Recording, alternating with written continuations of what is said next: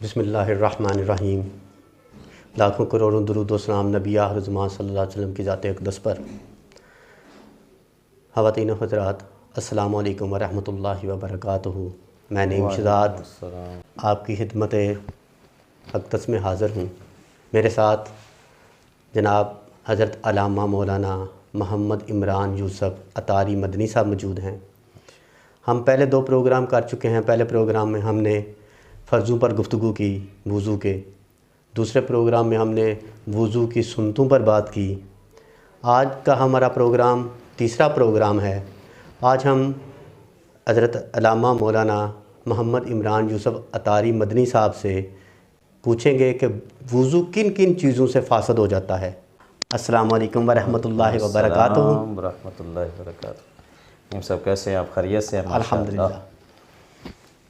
اللہ پاک آپ کو ڈھیروں برکتیں عطا فرمائے۔ ہمارے ماشاءاللہ 2 پروگرام ہو چکے فرائض کے حوالے سے، اور سنن اور وضو کا کچھ طریقہ ہم نے اس میں عرض کیا۔ جی، آج ہم کس پہ بات کریں گے؟ آج ہم آپ بتائیں کہ وضو کن کن چیزوں سے فاسد ہو جاتا ہے، اور کچھ سوالات بھی میرے پاس موجود ہیں۔ انشاءاللہ اس کے بعد میں آپ سے وہ سوالات بھی لوں گا، ان کے جوابات، تاکہ تمام لوگوں کو ان کے جوابات پتہ چل سکیں۔ جزاک اللہ۔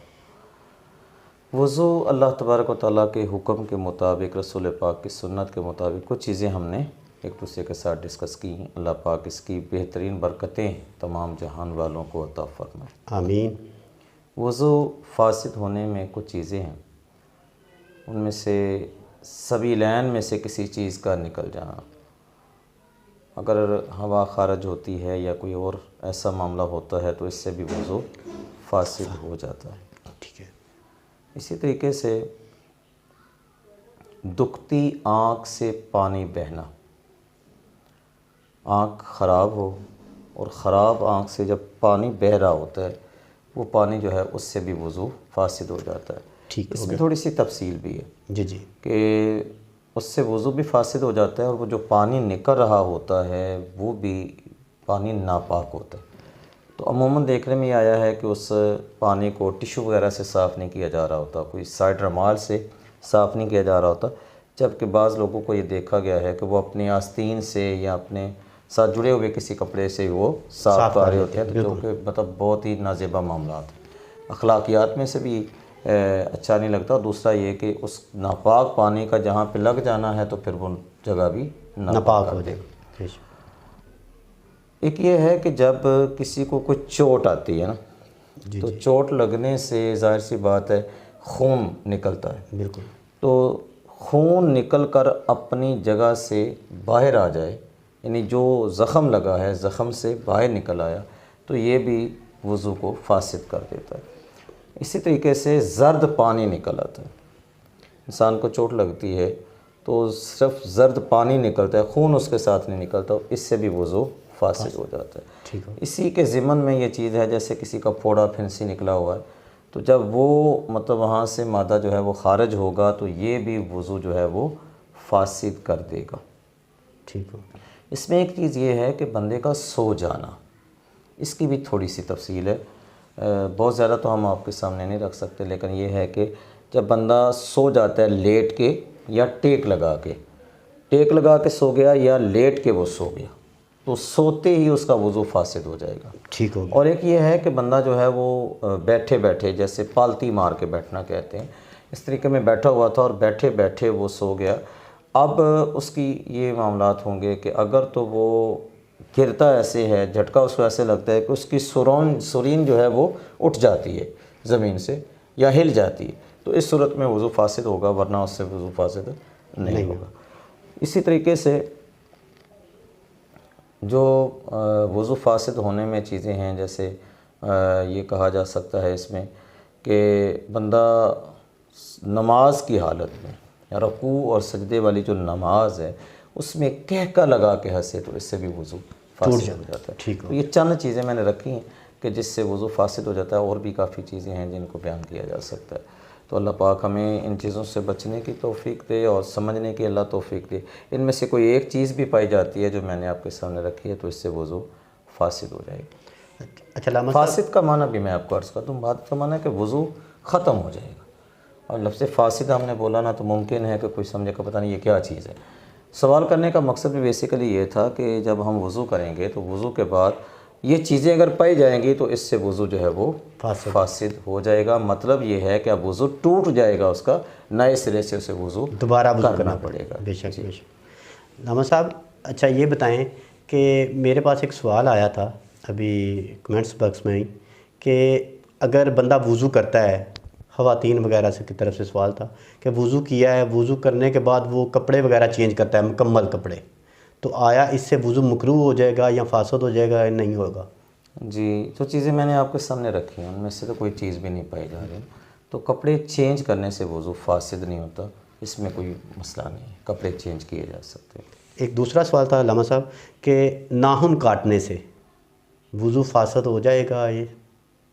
جی نہیں، ناخن کاٹنے سے وضو فاسد نہیں ہوگا، اور ناخن بھی کاٹ سکتے ہیں، مونچھیں اگر بڑی ہیں تو وہ بھی تراش سکتے ہیں، اور اگر بغیر کٹ کے مثال کہ اس میں خون وغیرہ نہیں نکلتا، اس صورت میں بال بھی اگر کاٹے جاتے ہیں تو اس میں بھی وضو فاسد نہیں ہوتا، وضو ٹوٹتا نہیں۔ اچھا علامہ صاحب ایک نا میرے پاس سوال آیا تھا غسل کے بارے میں نا، جی تو وہ یہ تھا کہ آپ کا نا اگلا پروگرام تو ہمارا وضو کے بارے میں تھا، لیکن وہ غسل کے بارے میں بھی پوچھا گیا تو میں آپ سے ادھر ہی سوال کر لیتا ہوں کہ غسل کے بارے میں یہ سوال یہ تھا کہ یہ کلر وغیرہ جو خواتین یا مرد وغیرہ لگاتے ہیں وہ لگا کے اگر غسل کیا جائے تو غسل ہو جائے گا یا نہیں ہوگا؟ کلر سے مراد مہندی آپ لیں گے یا کلر سے مراد آپ نیل پالش لیں گے؟ دوسرے کلر وغیرہ، نیل پالش نہیں، جی، جو بالوں کو کالا کرنے کے لیے، حجاب لگانے کے لیے اس سے غسل ہو جاتا ہے، غسل ہو جائے گا؟ اس سے غسل ہو جائے گا۔ جی ٹھیک ہے، مہربانی، شکریہ۔ اور میں نے آج تھوڑا سا علامہ صاحب سے ایک دو بات پوچھی تھی، میں نے کہا علامہ صاحب گھر میں اکثر ہمارے گھر میں بڑی مشکلات پیش آتی ہیں، بڑی دشواریاں ہوتی ہیں، گھر میں اکثر امن نہیں ہوتا، سکون نہیں ہوتا، تو آج ہمیں کوئی ایسا وظیفہ بتائیں، اس وضو کے ساتھ ہی ہمیں وظیفہ بتائیں کہ تاکہ ہم اگر گھر میں وہ وظیفہ عام روٹین میں خواتین وغیرہ مرد بھی کرتے رہیں تو اس سے گھر میں سکون اور امن کی شروعات شروع ہو جائے اور مشکلیں دور ہوں۔ بہت سارے وظائف کی ایک پوری لسٹ ہے الحمدللہ جو اللہ کے رسول نے ہمارے لیے ارشاد فرمائی ہے، ان میں سے ایک میں آپ کو عرض کرتا ہوں آج۔ بسم اللہ الرحمن الرحیم، لا حول ولا قوة الا باللہ العلی العظیم۔ یہ مکمل اگر بندہ پڑھتا رہے، دن میں وقتاً فوقتاً اس کو پڑھتا رہے، اور اگر ٹائم ہے تو بیٹھ کے تسلی سے اس کو پڑھتا رہے، اللہ کی رحمت سے تکالیف آپ کے گھر سے نکل جائیں گی، صحت و عافیت بھی رہے گی، گھر میں امن اور سکون بھی رہے گا۔ بہت مجرب اور بہت اثر والا یہ وظیفہ ہے، بہت آسان بھی ہے اور بہت فائدہ مند بھی ہے۔ صرف لا حول ولا قوة الا باللہ العلی العظیم کے بارے میں میرے رسول فرماتے ہیں کہ یہ 99 بیماریوں کا علاج ہے۔ سبحان اللہ، اس میں سب سے چھوٹی جو ہے وہ ہم اور غم ہے، تو یہ اگر مکمل پڑھ لیا جائے جیسے بسم اللہ الرحمن الرحیم، لا حول ولا قوة الا باللہ العلی العظیم، تو یہ بہت مجرب ہے، اس کو اگر استعمال کیا جائے تو انشاءاللہ رب کی رحمتیں اترتی ہوئی محسوس ہوں گی۔ بہت شکریہ علامہ صاحب، آپ نے سنا کہ یہ وظیفہ اگر آپ یہ وظیفہ گھر میں کرتے ہیں تو انشاءاللہ گھر میں اللہ پاک کی رحمتیں نازل ہوں گی۔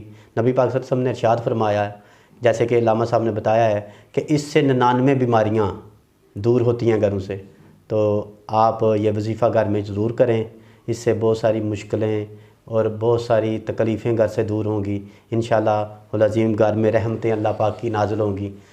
آج میرے ساتھ جناب علامہ مولانا محمد عمران یوسف اطاری مدنی صاحب موجود تھے، میں آپ کا بڑا شکر گزار ہوں کہ آپ ہمارے پاس تشریف لائے ہوتے ہیں۔ تو الحمدللہ آج وضو کے بارے میں کافی چیزیں، وضو کے فرائض، وضو کی سنتیں اور وضو کن کن چیزوں سے فاسد ہوتا ہے یعنی کہ ٹوٹ جاتا ہے، ان کے بارے میں بتایا۔ میں ان کا بڑا شکر گزار ہوں۔ علامہ صاحب شکریہ آپ کا، بہت بہت شکریہ، آپ ہمارے پاس تشریف لائے، اور انشاءاللہ العظیم نیکسٹ پروگرام میں ہم غسل کی فرائض کے بارے میں اور غسل کی سنتوں کے بارے میں علامہ صاحب سے پوچھیں گے۔ اگر آپ کو ہمارا یہ پروگرام پسند آیا ہو تو میرے چینل کو سبسکرائب ضرور کیجئے گا، بیل آئیکن کو آن کر لیجئے گا۔ انشاءاللہ العظیم ہمارے نیکسٹ پروگرام میں بھی ہمارے مہمان حضرت علامہ عمران یوسف اطاری مدنی صاحب ہی ہوں گے، اور انشاءاللہ وہ ہمیں غسل کے بارے میں کافی چیزوں کے بارے میں بتائیں گے۔ شکریہ علامہ صاحب، بہت شکریہ۔